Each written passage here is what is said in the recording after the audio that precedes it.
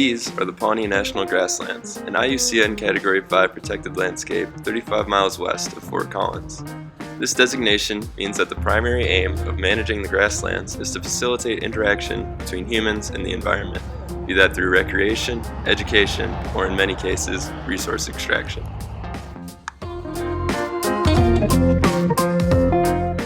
The Pawnee National Grasslands were home to nomadic Native Americans such as the Cheyennes, Arapahoes, Pawnees, Apaches, Comanches, and Shoshones.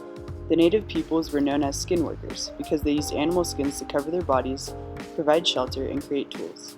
Their nomadic lifestyle and main source of skin depended on buffalo herds.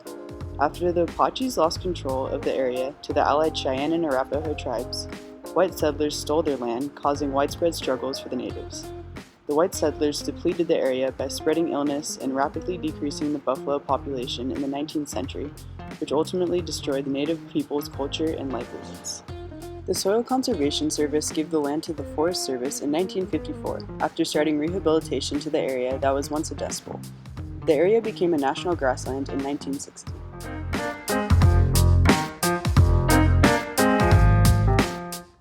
Land degradation from over-farming, excessive winds, and drought caused topsoil to blow away and deplete the area of nutrients. When the grasslands slowly started to regenerate themselves, widespread awareness of their importance began. Associations focusing on land restoration were created, assisting in land restoration efforts. In 1960, the USFS was given permanent control over Pawnee National Grasslands, making it a protected area. When the grasslands' biodiversity improved, there were disagreements between making the land privately owned or a protected public area. Demonstrations and debates allowed the park to become a public PA. Since the land was depleted and considered a dust bowl, its human population migrated, causing no evictions. This was why it was singled out to be a PA. Communities wanted to rehabilitate the area to create more grazing land and biodiversity. The U.S. Forest Service manages the threat of oil in multiple ways. Oil extraction is managed by Curtis Youngman, the district manager of the Forest Services. We spoke to Curtis in an interview, and he told us that the threat of oil is managed by making sure that the latest technology for oil extraction is put into use.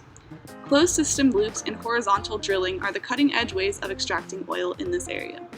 They allow for a more sustainable oil extraction and a smaller human footprint. This maintains air quality by minimizing the amount of dust particles while drilling.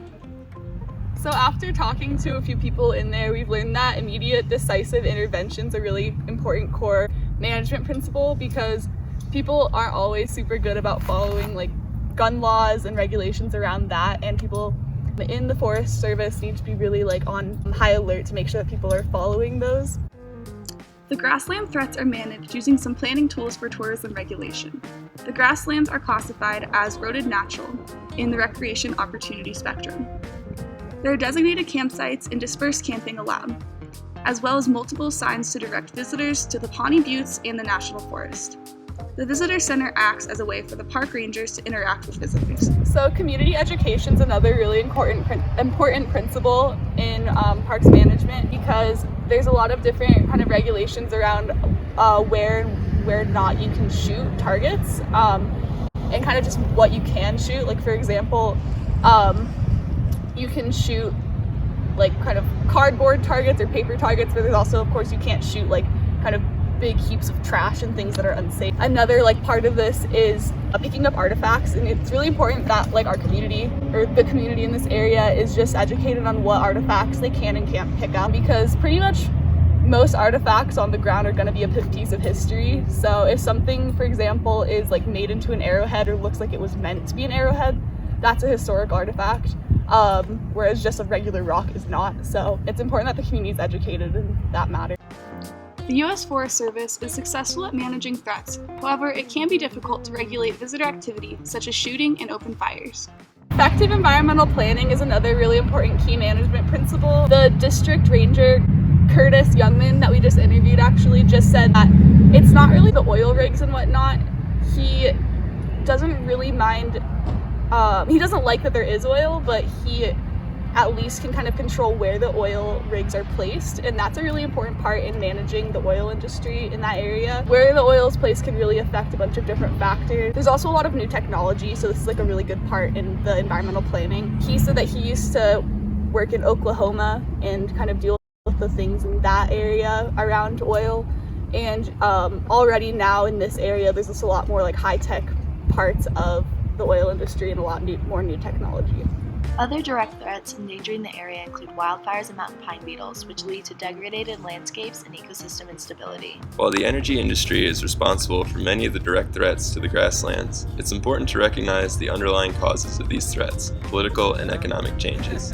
The Forest Service has to loosen and tighten its regulations based on these conditions, often removing some of its authority over the land. Additionally, industrial practices in the region can indirectly threaten the area, causing air pollution and land degradation as oil rigs and wind farms are constructed.